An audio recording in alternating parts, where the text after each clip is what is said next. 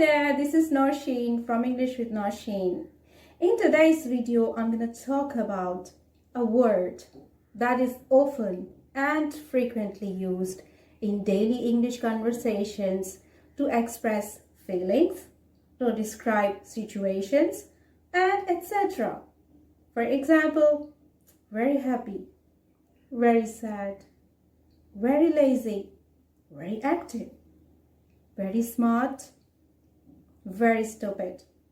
Yes, I'm talking about the word very.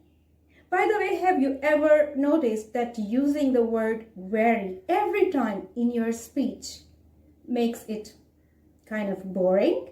Makes your speech boring, and also overusing word very actually diminish your meanings in your speech. And also sometimes simply it's not enough to express your feelings well or your meanings well. In fact, there are stronger and better words that you can use as an alternative of word very. So in this video, I'm going to share some alternative words that you can use in your speech instead word very to make your speech more impressive and more clear in terms of meanings. And definitely learning the alternatives of very gonna expand your vocabulary as well. For instance, look at this sentence. She felt very happy when she came to know that she got the job. Now you can replace the word very happy with the word overjoyed. She felt overjoyed when she came to know that she got the job.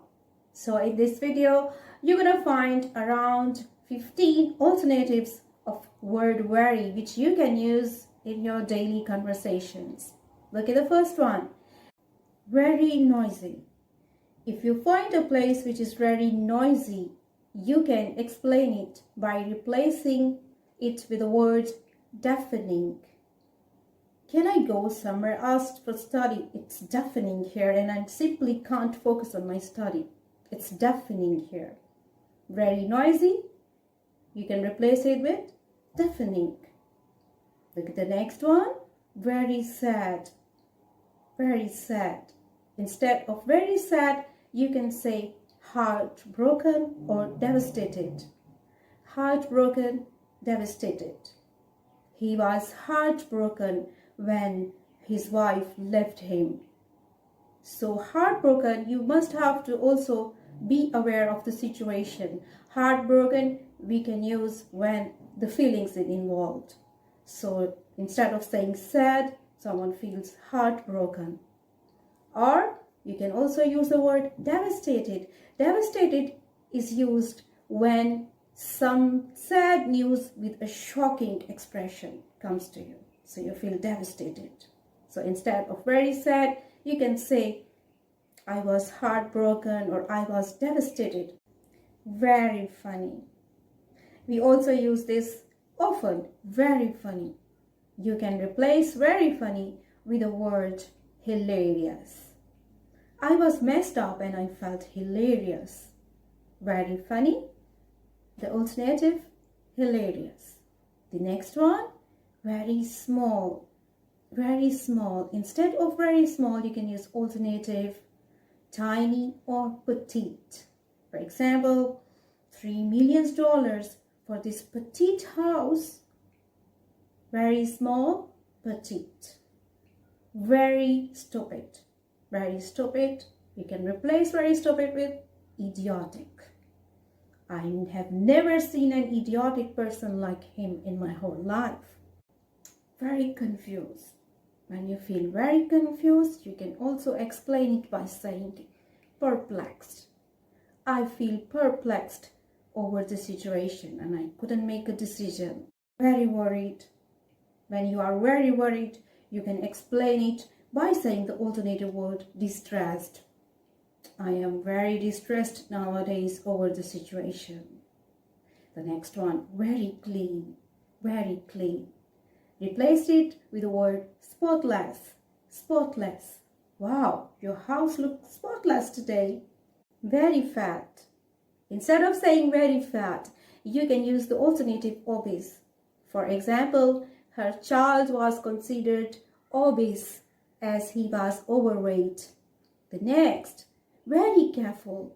Very careful. Instead of saying very careful, you can use the alternative meticulous. Very careful, meticulous.